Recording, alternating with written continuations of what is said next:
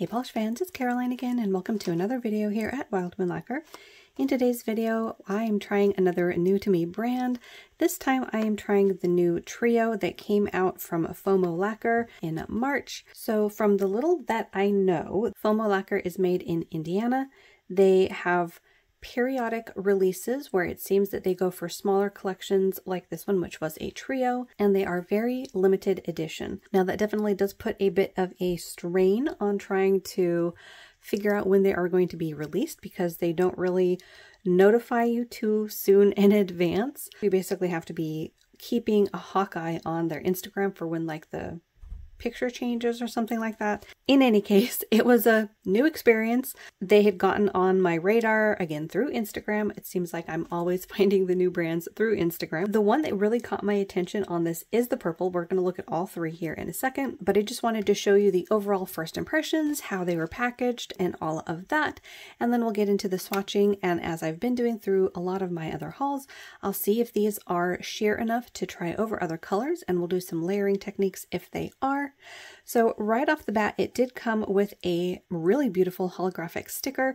This was part of that trio if you bought it as a full trio. If you bought the trio, you got free shipping, which was really nice because it was $45 for those three polishes. Otherwise, they're about $15 a bottle. And they do come with a sticker when you buy them as the trio. And it looks like each bottle came with the tag number. So it looks like I got 39 out of 50, 38 out of 50, and 43 out of 50. All right, so let's take a peek at these. I also got a cuticle pen from them since I was already getting free shipping. Now I forget what the prices were on their cuticle pens, but I want to say they were fairly reasonable. So let's go ahead and take a peek at that one. I don't remember the fragrance that I got. Ooh, okay, I got cinnamon swirl. So yum. The ingredients in this one are jojoba oil, vitamin E oil, almond oil, and scented essential oils. So just FYI if you do have a nut allergy. But let's take a smell. Ooh, okay. So it is a twist up pen. I need some oil right now because my hands are a little dry. Oh, that smells exactly like a cinnamon roll. That is delicious smelling. All right, let's go ahead and see how it applies. I did apply rather a lot on this first finger. But yeah, I can smell the sweetness of like a frosting in a cinnamon roll. I can smell the cinnamon itself, of course. Ooh, and it's got a nice warm cinnamon to it. It's not quite like a super spicy cinnamon, but it has that like bakery warmth to it. Ooh, that's good. Obviously, if you don't like cinnamon, you could try another one of their fragrances. But again, that one was cinnamon swirl in their cuticle oil. Delicious. And actually, that absorbed rather well. I was kind of expecting my, like the pads of my fingers to be a little bit greasy, but no, that absorbed pretty nicely. Very cool. All right, moving on to our trio. So we have a blue. These are glitter bombs for sure. We've got hollow in a couple of different shapes. I'm seeing round, hex, and square. So that first one is Dabba Dee Dabba Die, which I think is a play on the color. I forget who sang that song. Was it Eiffel 65 or Eiffel 64 or Eiffel 63? It was one of those that had that song, I'm Blue, back in the day. Then we have the green. This one is Minty Moss. This one is less of a glitter bomb, but it does have beautiful hollow glitters in it. And then the one that caught my attention, if I was only going to get one, it would have been this one, obviously, since I am a purple fan. And this one is Third Eye Open. So this is another kind of glitter bomb, not quite as glitter heavy as Dabba Dee Dabba Die. This one has more sparsely scattered, larger hollow glitter, all in a beautiful purple base. So let's take a peek and see how the base is. Yeah, you know what? I think it's sheer enough, not fully opaque in that base like pigmentation, that we can try these over a few colors. So I'll pick out some colors to try these over and we'll get to swatching. All right, so I've picked out 2 colors to try each of these polishes over. For these, I stuck mainly to the same color families, although with the purple, I will be trying it over a pink as well, just to see how it looks. All right, so the first one is that blue. This is Daba Dee Daba Die. So the 2 colors that I decided to pull are both blues. The first one is an Orly, and this one is Blue Tango. This has been one of my go-to deeper shades of blue without being super dark or a navy. And then the other one is a lighter shade of blue, this time from OPI. This is My Job is Beach. This one came out in the Barbie collection last year. So here is the brush. It is a flat, wider brush, which is nice. That is one of my preferred types of brushes. And let's go ahead and see one coat on its own. And yeah, this is definitely glitter packed, but it seems to be in a basically sheer base. Yeah, that is a stunning color. Very aqua, very beachy. And then let's try it over a Blue Tango. That's our darker shade of blue. Ooh. Okay, I like that a lot. Oh my.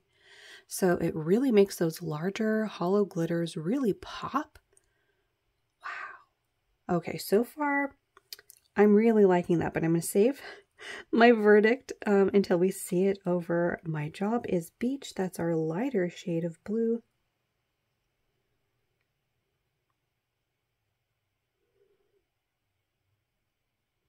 And I mean, this is a pretty combo too, but I really like it over that darker shade. Wow.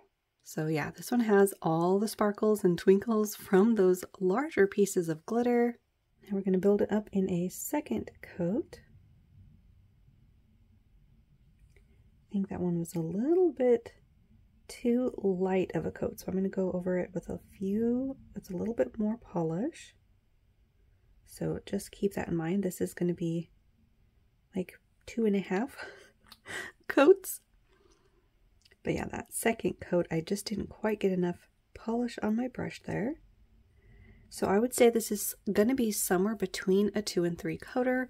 Again, it is just packed full of all the various sizes of glitter. So it just depends on how you want to wear your polish. Not that it's the exact same formulation or anything, but I'm currently wearing Mooncat's Portrait of an Introvert on this hand, and this is only 2 coats. And it is one of those polishes where if you look really, really close, you can definitely see some sparse pieces where it's not 100% opaque. Actually, right there, you can see for sure there's some blank little spots, but you know, from far away, it looks fantastic. And if you add another coat, you're going to be using more polish. You're going to be giving yourself a different look, a more solid blue, or with this one, a more solid turquoise or aqua. It just sort of depends on the look you're going for, and if you don't mind a little bit of light peeking through. But yeah, I would say my favorite layering was actually over that darker blue. I mean, that is absolutely gorgeous. But I do really like it on its own as well. I would say in that regard, it's pretty close to how it ended up looking in one coat over OPI's My Job is Beach. So pretty close coloration there. So that blue one was Daba Dee Daba Die. And then here is our green, sort of a peridot green. This is Minty Moss. So this is the one that has fewer large particles. In fact, I don't know that I see any super large glitters. So we're dealing with maybe micro and a mid-size glitter. And the 2 colors that I chose to put this over, the first one I chose, this is an OPI called Summer Monday through Fridays. And then the other color that I'm trying it over is a deeper shade of teal, so definitely not matchy-matchy, but in the same color family. This is Orly's In Full Plume. So here's one coat, all on its own. Holy, okay, wow. Wow, wow, wow, this is densely packed. Wow. Okay, that is close to being a 1-coater. Wow. I actually don't know if that one has base color in the base, like a base pigment or anything, but wow. My goodness, that is rather impressive, way denser than I was thinking. We might not actually see very much in the way of these 2 colors underneath it coming through, but in any case, let's go ahead and try it over that brighter green from OPI. I'll see if I can't try to sort of brush it on in not quite as thick of a coat. See if that works or not. All right, there's one coat. And yeah, I think that matches it rather nicely, but it doesn't really need it. But we're still going to try it over in full plume. So yeah, I'm not sure how much of this color we're actually going to see through it.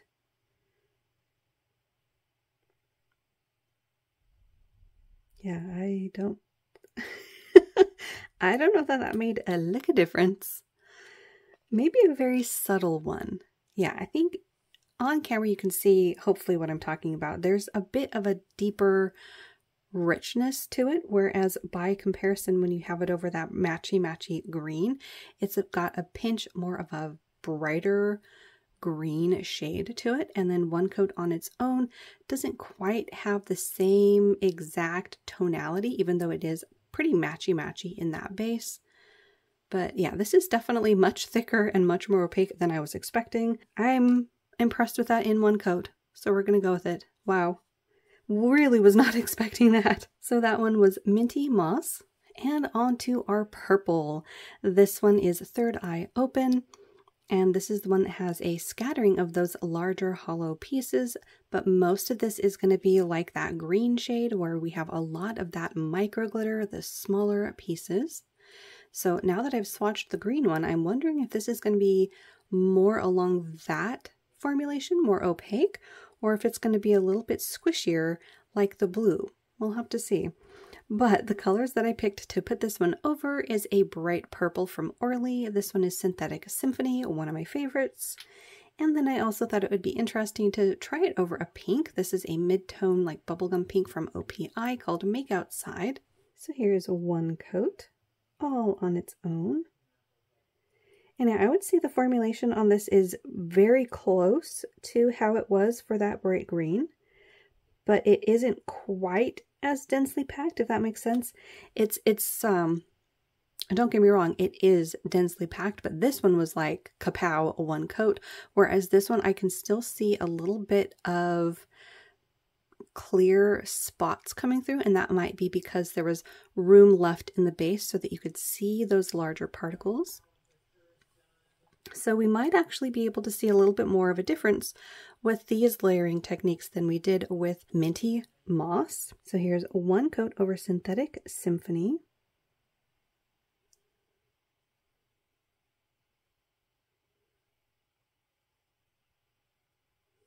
And yeah, I can definitely see that richer purple coming through. And then let's see how it looks over Make Outside from OPI. So, I mean, yeah, we are burying the pink for sure. But let's see if it makes a difference. Like I keep saying, we're here to experiment. There are no wrong answers. It's just finding out if something works or not. And yeah, that is one coat over the pink. I can definitely see a difference. It kind of gives it this lilac base.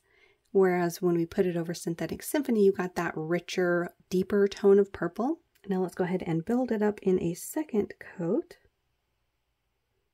This is definitely going to be nice and opaque in two coats because it is so jam-packed. So there we have two coats all on its own, one coat over Orly's Synthetic Symphony and one coat over OPI's Make Outside.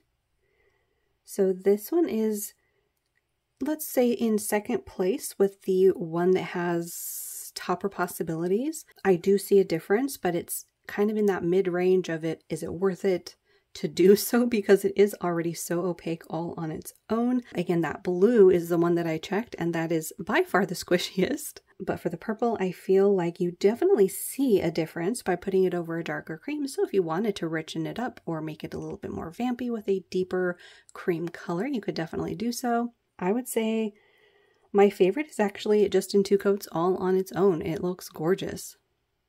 So that last one from FOMO Lacquer is Third Eye Open. Alright, so there we have it. That was the trio from FOMO Lacquer.